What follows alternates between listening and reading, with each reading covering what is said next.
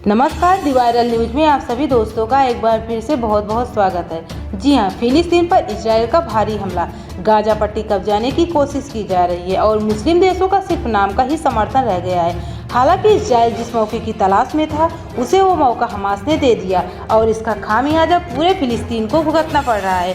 Hamas ने एक साथ सैकड़ों रॉकेट इजराइल के ऊपर फायर करके इजराइल को जवाबी कार्रवाई करने का बहाना दे दिया और अब इजरायली सैनिक गाजा के कब्जाने की कोशिश करता दिखाई दे रहा है। इजरायली प्रधानमंत्री ने पहले ही बयान में दे दिया था कि इजराइल की कार्रवाई अभी रुकनी नहीं चाहिए।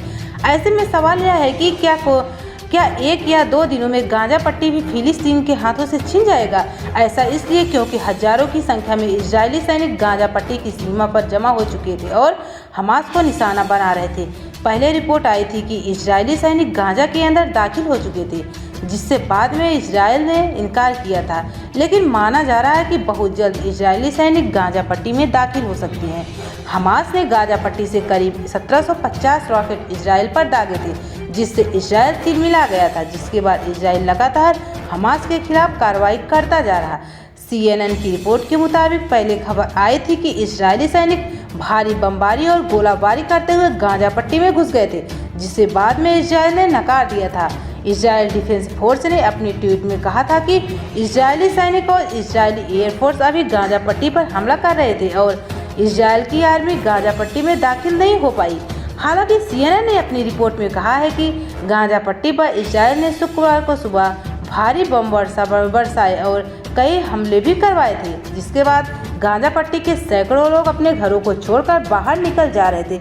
वहीं यूनाइटेड नेशंस के अधिकारियों ने भी बताया है कि गाजा में रहने वाले दर्जनों परिवार अपने घरों को छोड़कर पलायन कर रहे हैं। भारी संख्या में लोग अलग अलग रिफ्यूजी कैंप्स के शरण ले रहे हैं। स्कूलों को अस्थायी शरणार्थी कैंप बनाया जा रहा है। यूएन ने भी कुछ आपातकालीन शरणार्थी कैंप बनाए हैं। वहीं आज सुबह इजराइल के रक्षा मंत्री बेनी गेंज ने कहा है कि इजराइल अभी और हमले करेगा।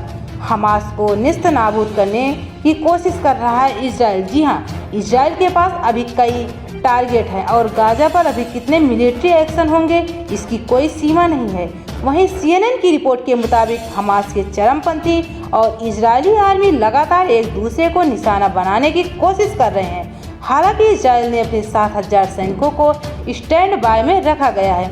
वहीं रिपोर्ट की माने तो हमास ने अभी तक इजराइल के ऊपर 1750 कासिम रॉकेट दागे थे, जिनसे वे ज़्यादातर रॉकेट्स को तो इजराइल ने तबाह कर दिया था, लेकिन कई रॉकेट्स इजराइल के शहरों पर गिरे जा रहे थे, जिससे इजरायली में भारी नुकसान पहुंचा है। जिसके बाद इजराइल की कार्रवाई के दौरान फिलिस्तीन के 28 मासूम बच्चे और 15 महिलाएं मारी गई। दरअसल चरमपंथी संगठन हमास ने अपने ठिकाने भारी आबादी वाले इलाकों में बनाए थे और हमास ने आबादी वाले इलाकों में रॉकेट लॉन्चर तैनात किया था और इन ठिकानों को इजराइल निशाना बनाने की कोशिश कर रहा था, जिससे मासूम लोग मारे जा रहे थे। ऐसे में कई जानकारों का कहना है कि हमास जानबूझकर आबादी वाले इलाकों को इजराइल को टारगेट कर रहा है, ताकि इजराइल की जवाबी कार्रवाई से फिलिस्तीन के बेगुनाह लोग मारे जाएं और हमास के साथ अंतर्राष्ट्रीय समुदाय की सहानुभूति आए।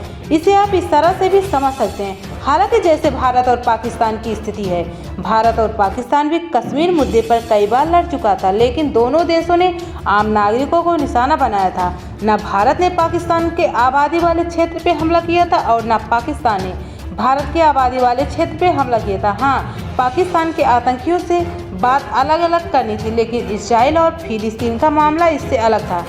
करीब 5 दिनों से इजराइल और फिलिस्तीन के बीच खूनी संघर्ष चल रहा था, लेकिन फिलिस्तीन को सिर्फ नाम का ही मुस्लिम बनाया जा रहा था, लेकिन इससे ज़्यादा OIC कुछ नहीं कर पाया। लेकिन पाकिस्तान ने OIC में इजराइल के खिलाफ प्रस्ताव पेश किया था। पाकिस्तान ने OIC में इजराइल के खिलाफ प्रस्ताव पेश किया था, जिसके कारण वे एकजुट हो पा रहे थे। लेकिन रिपोर्ट्स की माने तो OIC खुद अब बिखरा नजर आ रहा है, क्योंकि उन्हें इजराइल से हथियार चाहिए। खासकर जब से पाकिस्तान ने तुर्की और ईरान के साथ मिलकर अलग ग्रुप बनाने की कोशिश कर रहा था, तब तक OIC और ज़्यादा राजनीति की शिकार हो चुकी थी।